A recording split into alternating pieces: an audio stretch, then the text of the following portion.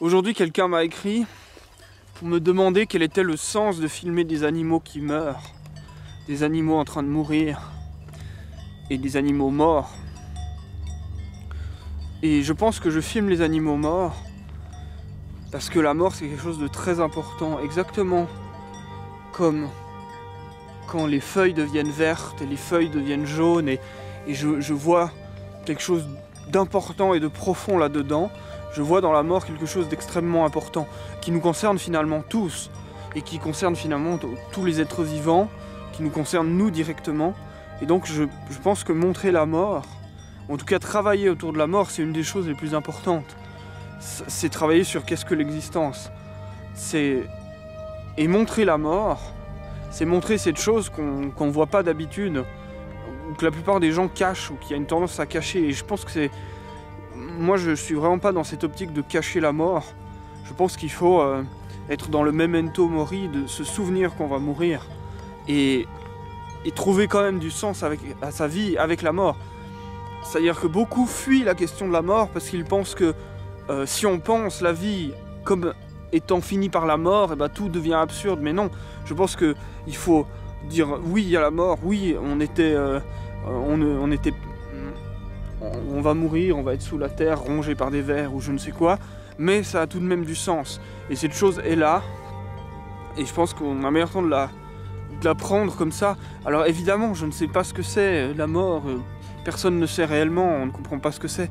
Mais justement, quand on filme un animal qui meurt, cette chose qu'on ne comprend pas, elle est là. Et donc, peu importe ce qu'on peut dire, et c'est pour ça aussi que je ne parle pas quand je fais les vidéos où je montre la mort, parce que là c'est bien le moment où, souvent je vous ai dit, j'aime montrer la nature derrière moi quand je parle, parce qu'au moins même si j'ai dit une bêtise, il y a des choses qui sont vraies, vraies. J'aborderai après peut-être la question du vrai, mais ce ciel, il y a quelque chose qui n'est pas une bêtise dedans. Il y a quelque chose qui n'est pas une bêtise dans cette herbe. Il y a des choses qui ont profondément du sens dans tout cela. Et quand je filme un animal qui meurt, eh bien c'est ça, je vous montre ce passage qu'on ne comprend pas, mais n'empêche qu'il est là. C'est cette chose que le chat avait les yeux ouverts, il respirait, et ensuite il ne respire plus, et ses yeux sont vides, comme ça, et certainement que son activité cérébrale s'est arrêtée. Mais vous voyez, tous les mots que j'utilise là pour parler de ça c'est faux, ça c'est du mythe qu'on a rajouté par-dessus. Et en fait, tous les mots que je pourrais utiliser, et même le vocabulaire de l'image que j'utilise pour montrer ça, c'est du mythe qu'on a rajouté par-dessus. Mais je pense que tout au fond de ce mythe, il y a bien quelque chose. Il y a bien quelque chose qui se produit, il y a bien quelque chose qui est la mort de cet animal. Mais vous voyez, quand je dis la mort de cet animal, ben là c'est le mythe, on imagine des choses, c'est le mythe du langage. N'empêche que derrière ce mythe, il y a quelque chose de vrai. Et c'est ce vrai dont je parlais dans une vidéo que j'ai appelée vers un autre vrai ou l'autre vrai. C'est que souvent on considère le vrai comme la version idéalisée de la chose. C'est-à-dire... qu'est-ce que la mort? La mort, c'est vraiment l'arrêt de la cognition, c'est vraiment le cœur qui s'arrête, c'est vraiment, etc. Et tout un tas de concepts qu'on a appelé le vrai. Eh bien, moi je pense que le vrai, il faut le retourner comme une chaussette et dire non, le vrai se trouve précisément là où on ne comprend rien.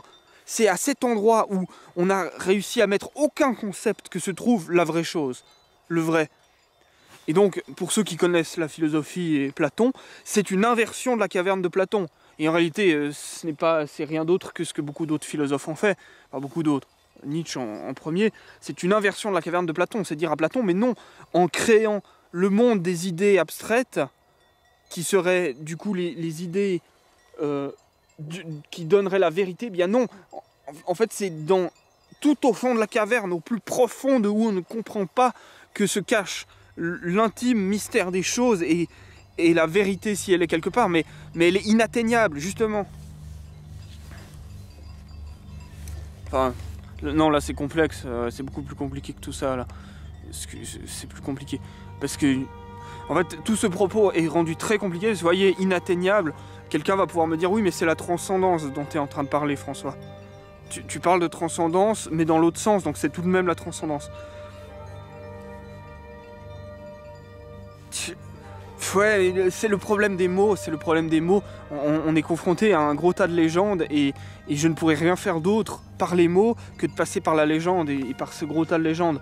Mais moi je dirais que ce vrai qui est intimement à l'intérieur des choses, c'est pas la transcendance, c'est l'immanence. C'est les choses qui sont immanentes, qui ont en elles-mêmes leur sens, au lieu que ce soit la transcendance, c'est-à-dire comme dans le mythe de la caverne, qu'on parte plus loin, toujours plus loin dans l'abstrait, dans l'abstraction, dans la globalité. Mais ces deux pensées m'intéressent, parce que pour comprendre l'une, il faut sans doute comprendre l'autre. Et je sais même plus où j'en étais. Voilà, donc c'est ma réponse à cette personne qui m'a demandé pourquoi je filmais des animaux qui meurent. Et j'aimerais bien en filmer plus. Enfin, je sais pas si j'aimerais bien. Je pense que c'est important de filmer ce genre de choses.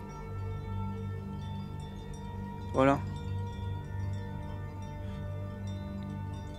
Et... voilà.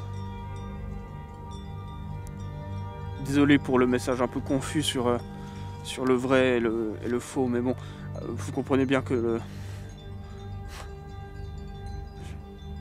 c'est forcément compliqué.